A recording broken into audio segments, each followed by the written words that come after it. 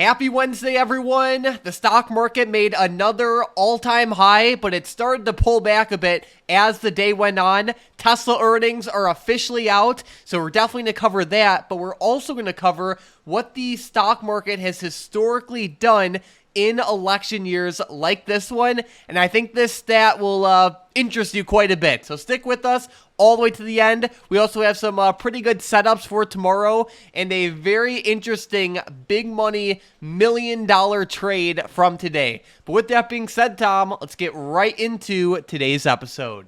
Yeah, the overall market did fantastic today. It actually opened up this morning, had a nice gap, and as the market opened, it ended up going quite a bit higher, up to that like 488.75 high of day, very close to there, and then pulled back a little bit as people kind of brace for Tesla's earnings. And Mike, all week, everybody has been waiting to hear about Tesla and their numbers and how they were doing, obviously, across the world. They are one of the world's biggest companies, one of the most popular stocks out there, and they are down in after hours. Now, they did end up bouncing around 195. If we go out to an hourly chart, you can see that that was their low all the way back in November. So you guys can watch that for some support. But getting into some of the numbers here with them, Mike, they missed on EPS. They also missed their expectation on the revenue. And whenever you hear about margins, those margins are down again, Mike. And it seems like people keep talking about Tesla and their terrible margins lately, and they just cannot get out of this rut that they are in.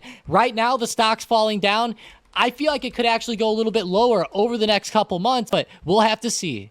Exactly, and Tesla's falling in after hours right now. Depending on how the conference call turns out, that can change things. But at the end of the day, we are in earnings season, and this is one of the most exciting and volatile times of the year. Netflix they had a positive reaction from earnings. Tesla has been bearish so far, but these big powerhouse companies have a very big influence on the overall market. So it's like when you see stocks like Tesla on earnings, that has a big influence on a bunch of other stocks, and it has a negative impact on the market. And as the weeks go by, we're going to see big earnings reports from Apple and Microsoft and Google and Nvidia and all the rest of them. And depending on how they move, that will influence the market big time. Yeah, they really will, and I think that we're getting kind of lucky today that Netflix had such a good report yesterday. I feel like that the overall market would be down a little bit today, maybe if Netflix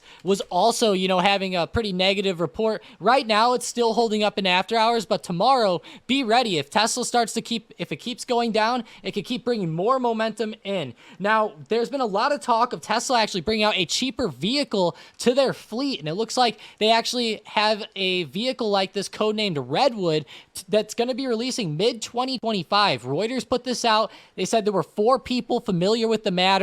I hope that those 4 people are legit, Mike, but they're looking at a vehicle that's around $25,000 as an entry price. That is very, very cheap for an EV, let alone just an automobile in general. So looking at this, that's pretty big for Tesla, but with those margins kind of sucking lately, I'm surprised that they're not trying to maybe push their flagship truck or something that might make them a little bit more money.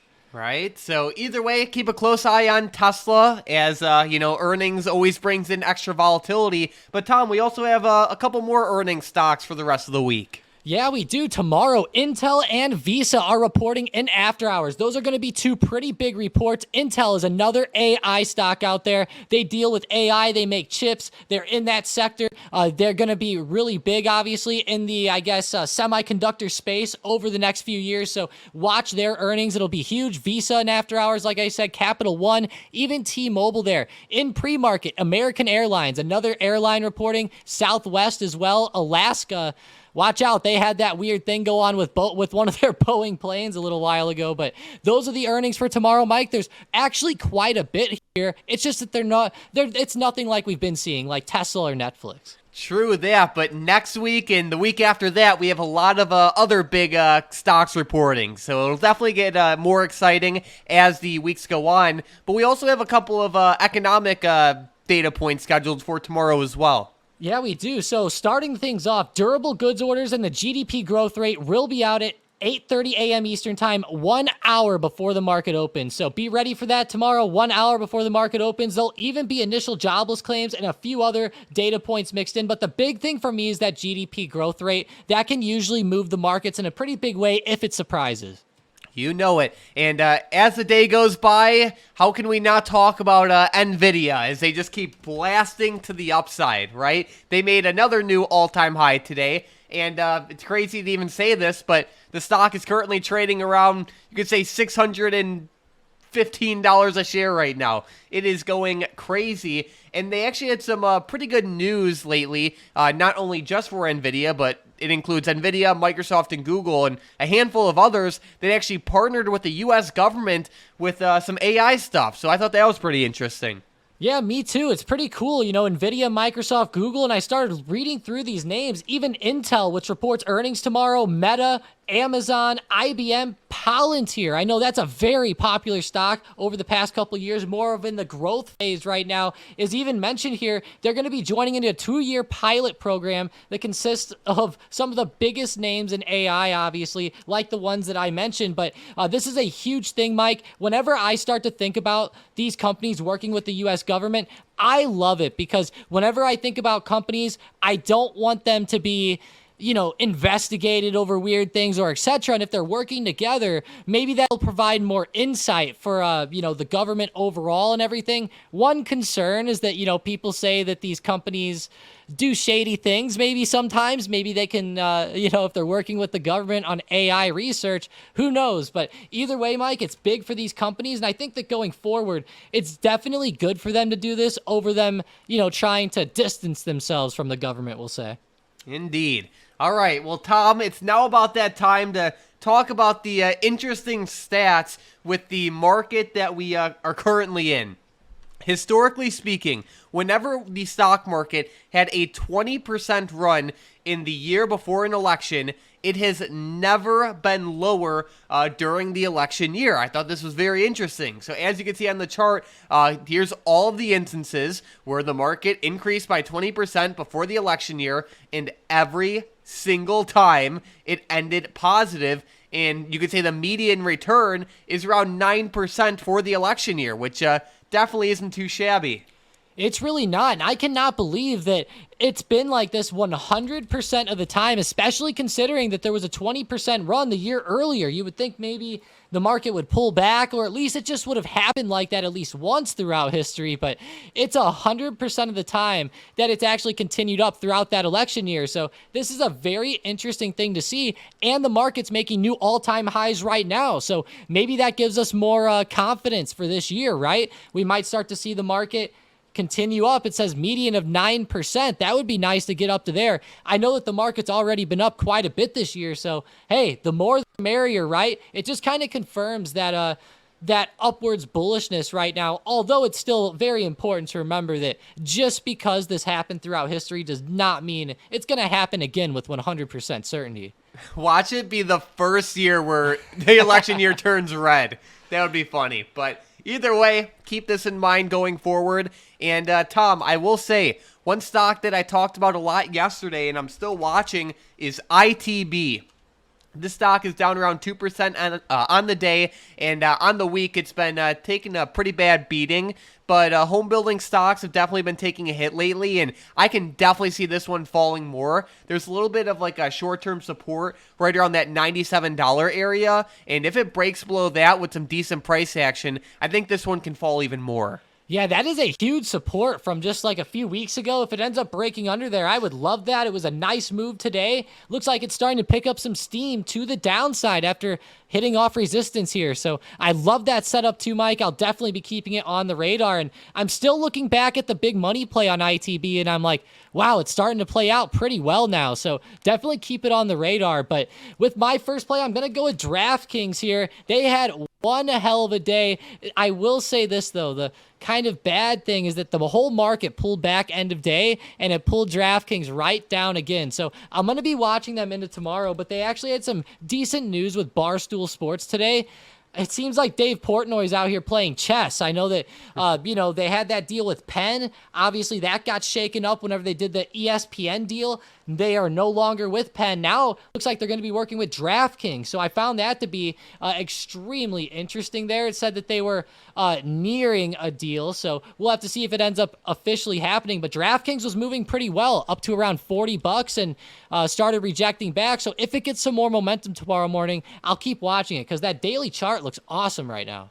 There we go. Another stock I'm watching pretty closely is AVGO, and this one has been ripping to the upside nonstop since, honestly, since like November. And I think it's now at a point where the run-up is a little bit like exhausted and it's just kind of weakening. So I can definitely see this one pulling back. I would like to see it break below that like $1,240 level, and if it breaks below that area with a good amount of momentum, I can definitely see trading this one as like a pullback type of setup.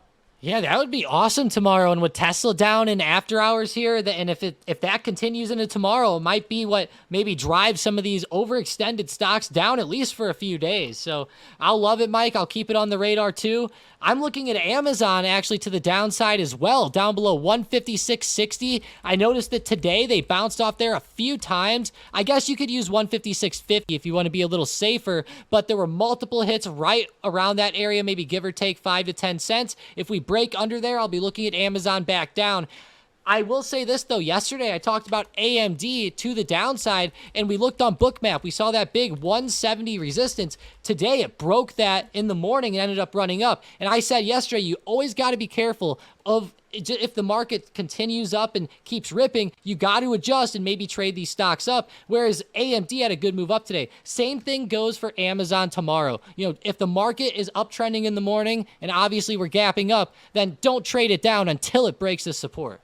Exactly. All right, sounds good. But let's get right into today's momentum trades. And with the first one, we have the recently pretty popular Alibaba to the upside. Yeah, Baba, nice intraday resistance right around 75.25. If it can break there, go ahead and look at calls.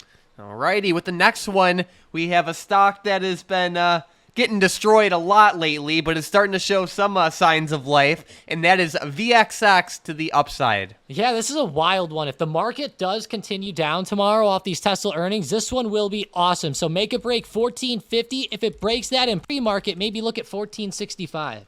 Perfect. And with the last one, we have NVIDIA for both directions. Oh, no. NVIDIA. Oh, boy.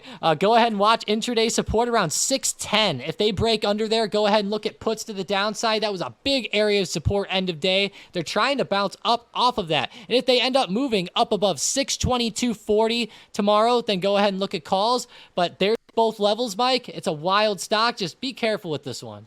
All right, so we have the upside level for calls, and we have the downside level for puts, and that is for NVIDIA. Don't forget about the upside levels for VXX and Alibaba. And again, these three trades are only trades if they break the levels Tom listed. But Tom, it's now time to talk about the big money trade of the day, which is a very interesting one. It is just under $1 million, and it is with PayPal. So basically today, we saw the big money drop about $1 million into the PayPal $67.50 strike call options that expire, this is way out, Tom, but on January 16th of 2026. So I know there's a bunch of time with this one. Looking at PayPal, you know, it's trading at a very attractive valuation right now, and the new CEO is saying some very ambitious things. Either way, this is more of like a longer-term big money trade. I think it's very high quality, but at the same time, again, it's more of a longer-term trade. So there's nothing wrong with trading it, but you have to give it the time it needs. Yeah, and PayPal actually has Innovation Day coming out tomorrow, so maybe they'll unveil something big there. That's like the big event the CEO was talking about, and I hope that they can keep going up. You know, this is a long-term play, though, like you said. I would say this is more of like a set it and forget it type of big money play. I know that a lot of them lately have been kind of short-term, but 2026 is a long way. Set it and forget it, but even short-term, I do like PayPal here.